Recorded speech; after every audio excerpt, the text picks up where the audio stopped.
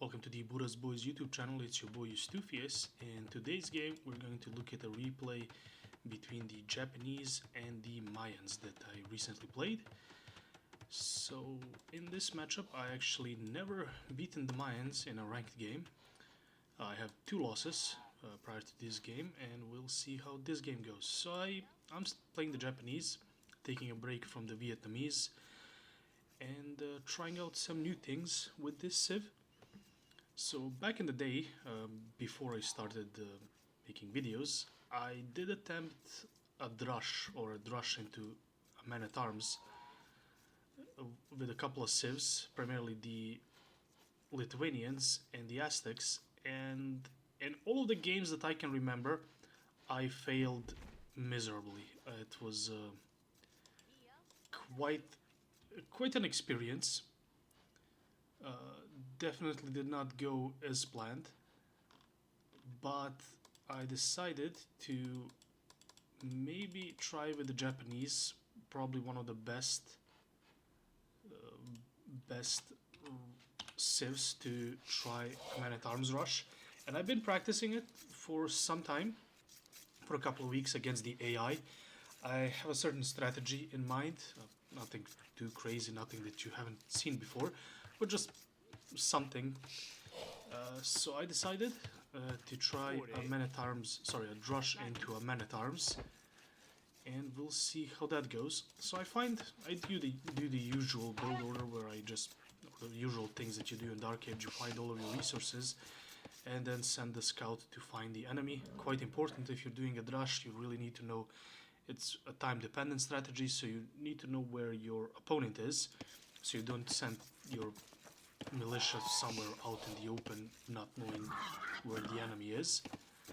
So I sent my scout, and we'll see how that goes. So in this build order, unlike the other ones that I tried for the other civs that I played, up until this point I always advanced with either 20 or 21 villagers. This is the first build order, kind of winging it. I'm not sure if it's the actual correct build order for a man-at-arms rush, but it's something I improvised. I up it 20 pops, so 19 villagers plus a scout, and I do some things. I don't know whether they're good, but I've been practicing them against the AI, and this is the first actual game against the actual person that I'm gonna try. So I see my opponent pushing deer, and I was like, oh dear, yeah, I knew I forgot something. So yeah, for some reason I thought this was a Chicken Arabia game, and I did not pay attention to the deer. And when I saw my opponent push deer with his eagle, I was like, oh okay, yeah, that's the thing I forgot. So I brought the scout back so he could push the deer. Luckily I found the opponent. I know based on the house placement and based on where he was pushing the deer, I know where the town center is. That's enough information for me, because I want to know where his base is, his starting resources are, I should say, so that I know where to send the men-at-arms once I have them. So the rest of the Dark Age was me just, okay, I have 2 deer, probably better for me considering I didn't push deer at the beginning, so having just 2 deer is good. I have a pretty nice map, woodline to the back of the map, which is always good, back gold, which is always good, and 2 wood lines at the front, can't complain. Really nice map if you ask me, one of the better ones. As for the rest, it's standard Dark Age approach. I'm not sure whether this is the play you make when you go for a drush into man-at-arms. I feel like maybe you do it without loom, if you can. I really don't like upping without loom. As I used to say, once you get drushed once, you'll never forget loom. So here's what I do. Oh yeah, another thing that I did with the Japanese, using the Japanese boldness, is they're the first civ where I only send 2 villagers on the first wood line instead of the 3 to 4 that you usually send. You can get away with just 2 because of their bonuses, where certain buildings, primarily the mill and the lumber camp, cost only 50% wood. And now in my testing of this kind of self-improvised build order. On the way up to feudal, you send 3 villagers on one route just to collect the gold. Just once, I accidentally did not cancel them. Why? Because you need that to get to the men-at-arms upgrade with 2 militia. So you can build 2 militia, but in order to get them to the man-at-arms upgrade, you need 30 more gold. That's why I sent 3 villagers just on one trip to collect the gold, to drop it off, and then send them on their way. Now, I'm pretty sure this was a mistake on me. I fought...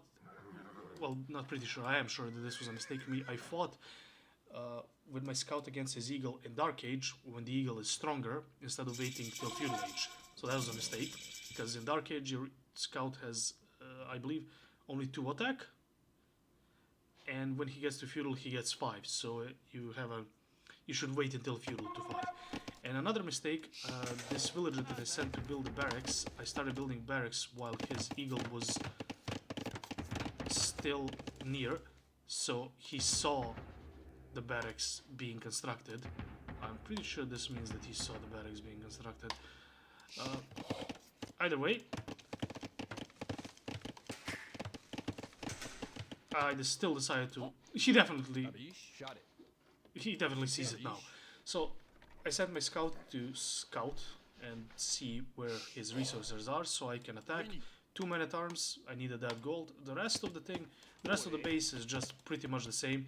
So the only difference is I put 2 instead of 3 on wood on the initial wood line, and on the way up I sent 3 villagers to collect 1 trip of gold. And I decided to dive here. I was like, I see him walling, but yeah, I took unnecessary damage, and I set all of them to no attack stance, or stand ground, and I was actually really happy. It was quite costly, but really happy that I got the villager. So in all of my previous attempts at a drush into man-at-arms, back when I played Lithuanians and Aztecs, I think I failed miserably every single time. This is the first drush into man-at-arms on a rank ladder that I could actually call a success. A bit of idle time, a couple of seconds. I don't think it's worth fussing about. Now I just decided to keep the man-at-arms alive in case, mainly because of his eagle. In the meantime, I added the archery range and started producing archers. I was quite happy with the timing. Probably could have been better, but I was happy with the timing that I added the archery range, expecting him to go for archers, because I saw that he was pretty heavy on gold. As you can see, yeah, more than 2 on gold kind of signalizes that he's going for archers. Usually 4 is for archers, but he's Mayans. He has a discount for archers, so his archers cost less resources, primarily gold, or more importantly gold in this case, so that's why he's only on 3 archers on gold. I saved the men-at-arms because of the eagle, because the eagle is what threatens my skirmishers, and I need skirmishers to counter his archers. So we're kind of both on 2 different units that kind of counter each other. So the Mayans in general, talking about the matchup, when I saw the Mayans, on the one hand I was like, hey, my previous and only other 2 games that I played against the Mayans in the ranked ladder, I lost. But I was Japanese and I was thinking, I think I have a good civ against the Mayans. If I can survive their archers, snowball, I still think I had a good civ. Mayans are, I would consider them strong, if not very strong civ, but in my opinion they are the most predictable civ in the entire game. There are some quite predictable civs, but I think none of them are as predictable as the Mayans. Like, him going archers is a complete no-brainer, and then the only thing he has... They basically have 5 units in their entire roster. But out of those 5 units, they have the arbalist line, the archer line, and the unique unit, which for all intents and purposes fulfill the same purpose. I know there are minute differences between them and all of that, but for the sake of argument, they fulfill the same purpose, those 2 units. Then you have skirmishers and halberdiers, which are a reactionary defensive counter unit. You're not gonna do any damage with them. They are an answer to what the opponent has. So you're not gonna build them actively, you're gonna build them reactively. So they're out of the picture. And then you have the eagles. So basically the Mayans have two units. That's one of the two archers, the standard one or the unique one, and the eagles. That's it. Two viable units and then two defensive reactionary units. That's not the best play for me. But I'm getting fletching and I wanted to intercept his archers. I was afraid that this was my most open part of the map. That's why I sent two villagers to finish the wall. This was pretty secure, but I was really happy about this find, especially with having loom. I don't think he had the armor upgrade, right? Yeah, no armor upgrade. But yeah, me having loom here definitely helps. I was really happy with this. I was like, okay, I can establish dominance. Like again, him going archers is highly predictable as Mayans.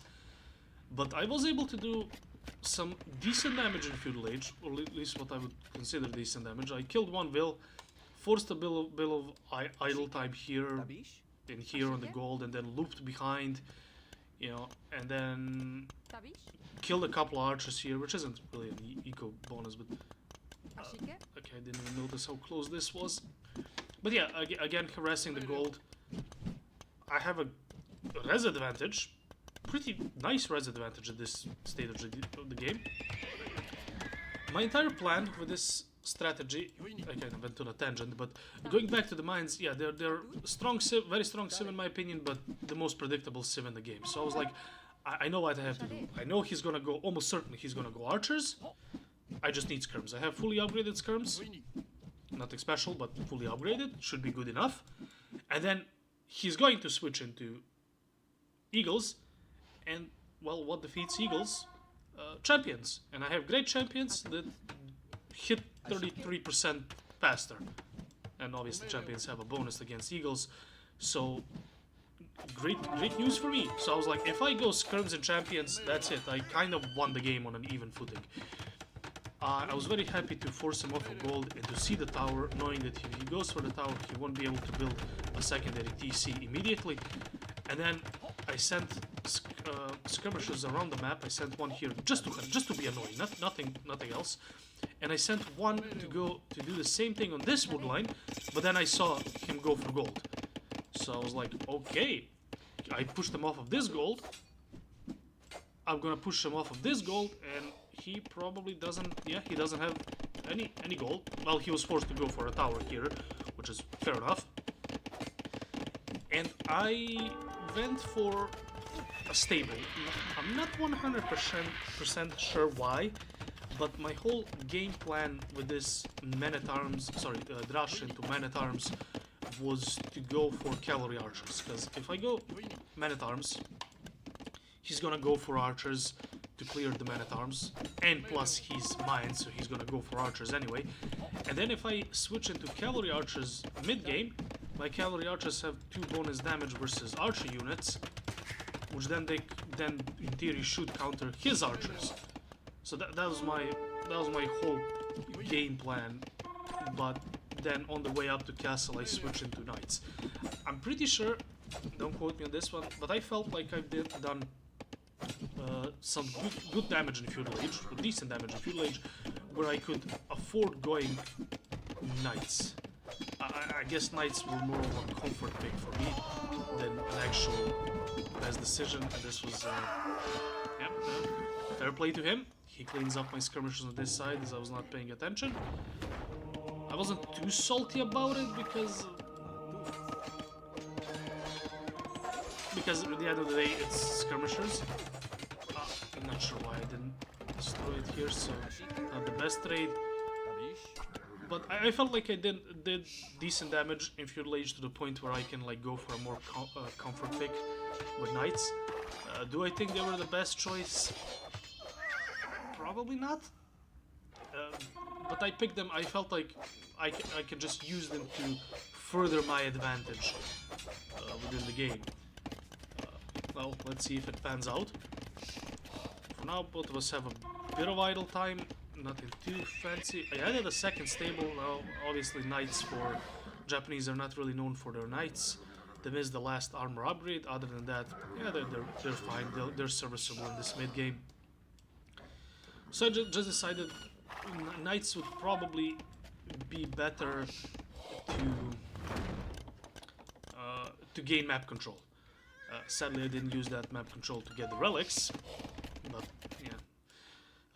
Other than that, I was like, I can use the knights just to keep him in his base. I know where his golds are. I can pressure them, hopefully. And I sent a villager forward, which is something I've been practicing with the Vietnamese, sending a villager forward and primarily forward siege. And I really wanted to attack this area, especially when I learned that there was a TC here on his main gold, which was, I think, a good move by him to protect his main gold. It's quite an unfortunate spot, to be fair. So I decided, with a siege push, I can maybe push it and cause damage. While I was also attacking or keeping an eye here, because yeah, his gold placement for this game was definitely not good for him.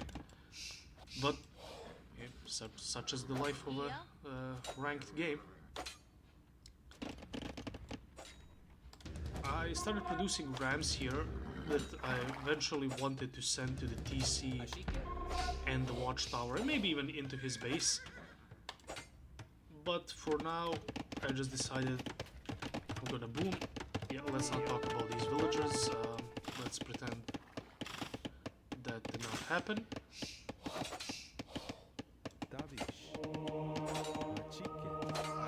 Nice snipe there.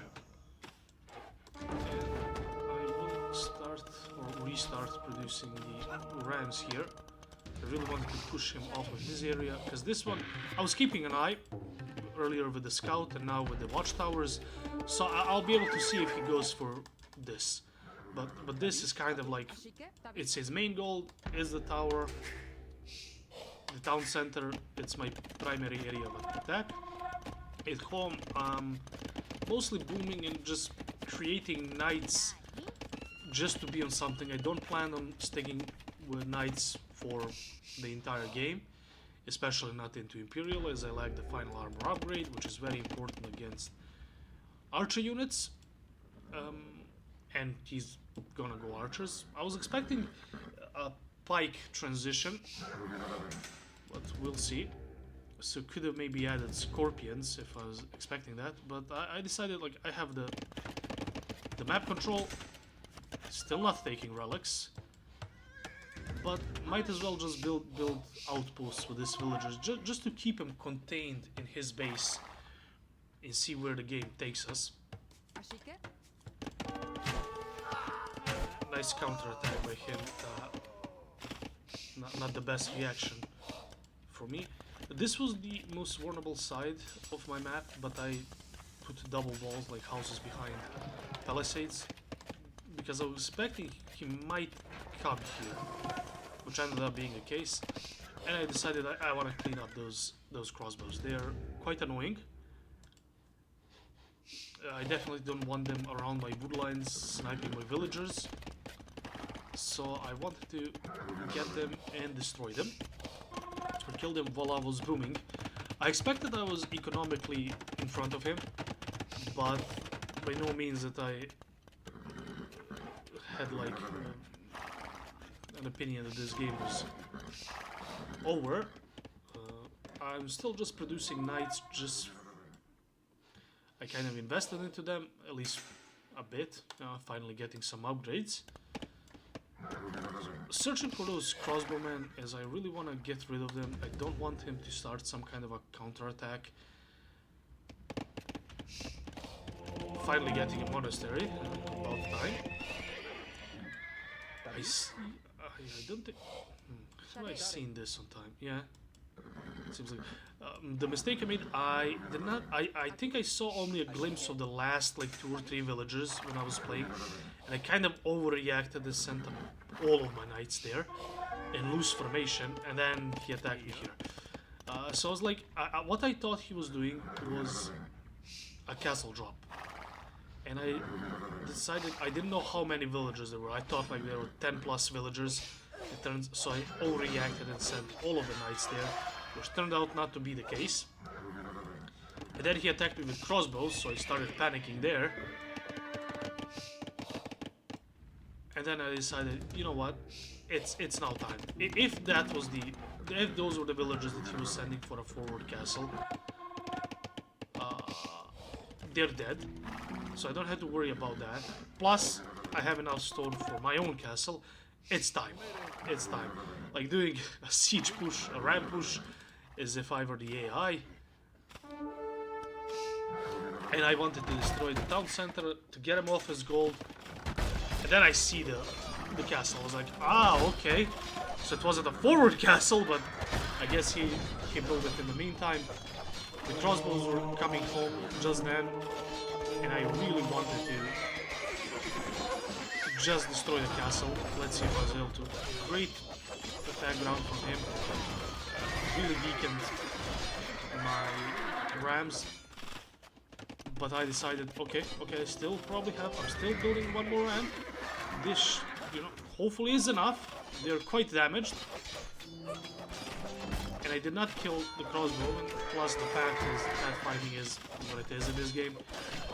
And then he used the villagers, which I completely agree is the correct way. Not only does he block the rams from actually attacking, but I believe they have bonus damage versus rams, and they were quite weak, the rams. And it's kind of a nail biter. I was like, oh, come on, I really need to destroy this castle. And then he reaches Imperial. I was like, okay, I did not expect him to reach Imperial. I thought I done a lot of damage to this point. At this point I was like, okay, the castle is not going down. Valiant effort, but let's at least do even more eco damage. Him reaching Imperial Age, on one hand, I was a bit nervous, but on the other, I knew that he reached it at a huge cost. I knew he was economically behind, heavily behind, not only because of these raids, but if he reached, after all of the damage in Dark Age, Feudal Age, and Castle Age that I've done, and him being back economically, for him to reach Imperial faster than me almost certainly means that he had to idle TC time to get enough food so he can click up to Imperial. So I was not worried. I knew I no longer wanted to stay on knights. They're not productive for me in Imperial, and I started going for eventually skirmishers. The only thing that scared me at this point, that would have scared me, would be eagles. But I was, on one hand, I expected him not to have a good enough eco to go into archers or continue with the crossbowmen, and arbalist, and then also add eagles. I think that was an overkill. But just to be on the safe side, I didn't want to, throw away a game just because I was too cocky. I decided to play it safe. And let's not spoil anything. I thought that this game was done. It was mine to lose. If I lose it, it basically means I threw the game. At this point, I all but won the game, but I still, it's not an excuse to play poorly. I still had to try, or still had to, do my part and actually win it, not just assume that I won the game. Good raids by him here. Oh, At this point, I was just sending. I was still producing knights, but I was kind of using them.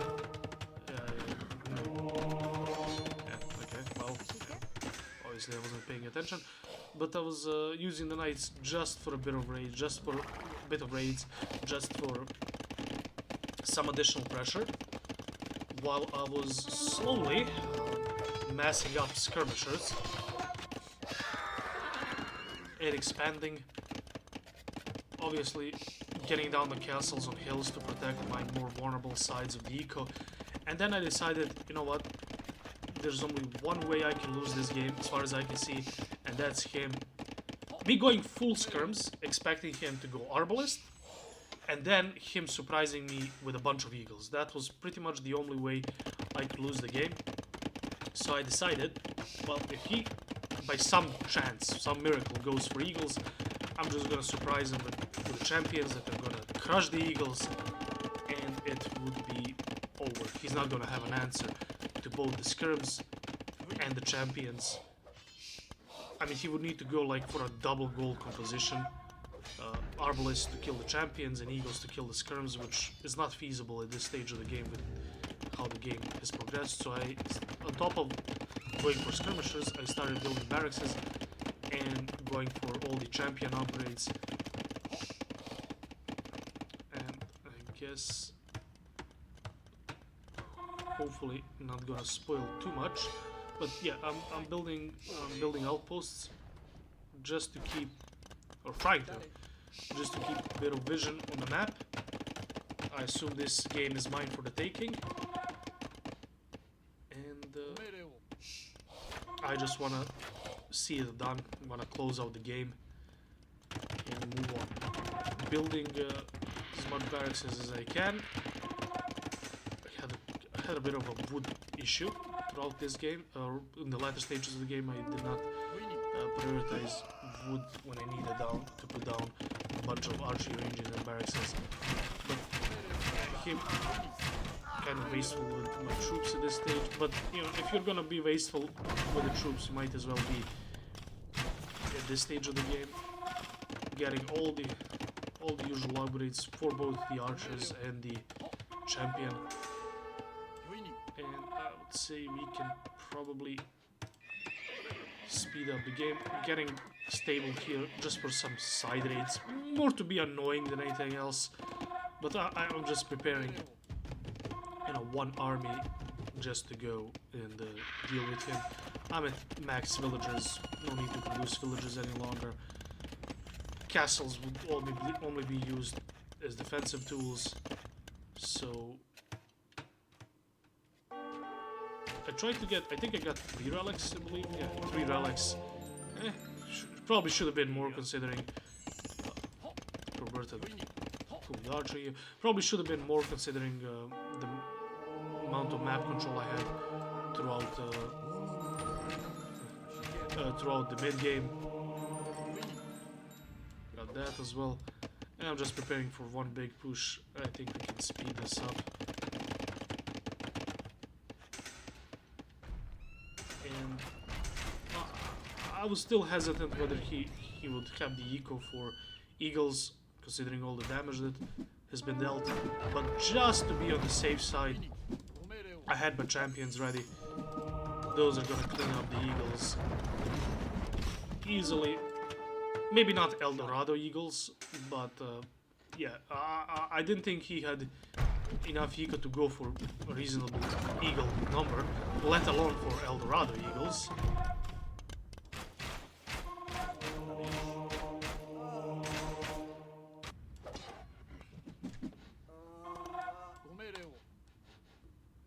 So let's see the final push. Did not get Catabruto for whatever reason. Don't really have excuse for not getting that great tech. Didn't really have help in these kind of situations, but I was more focused on just paying attention to the map, trying to get as much vision as possible, just for him not to surprise me with something, or some side raids or anything. But I assumed that this game was over, and as it turned out, spoilers, it was. So let's see just the final one. Yeah, I guess when he saw the number of champions, he decided there was nothing to do. There was no way for him to get back in the game. So yeah, that was the game. Kind of played out how I hoped it would. Mayans, I think, a great civ, but they're definitely one of the, if not the most predictable civs in the game. Thankfully the game went in my favor. I used the skirmishers in feudal and castle age to survive his archers, and then in late game I switched to champions in case his eagles showed up. Those kind of compositions kind of go in the favor of Japanese. That's why as soon as I saw the loading screen and saw him with my opponent be Mayans, I thought like, okay, I feel like I have a good counter civ to Mayans. Was not as happy with the game as I normally am with the win. I'm not gonna say it was a civ win or anything like that, but it definitely felt like a game I should have won based on the civ matchup. So the pressure was, I guess, more on me to perform. But either way, a win is a win. Not gonna complain. First win against the Mayans in a ranked game. Definitely not gonna complain about that. But that would be it for this video.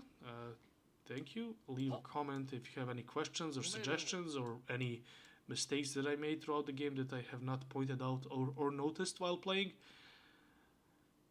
And let me know what you think about the matchup between Japanese and Mayans. I would say that the Mayans are overall better civ in a more objective sense. But in a 1v1, I feel like the Japanese have an advantage. But I want to hear what other people have to say. Maybe I'm missing something. Maybe I just am not acquainted with the matchup as I think I am. But yeah, let me know if anyone has a different opinion as to how this matchup might have or should have gone. Either way, thank you, and I'll see you on the next one.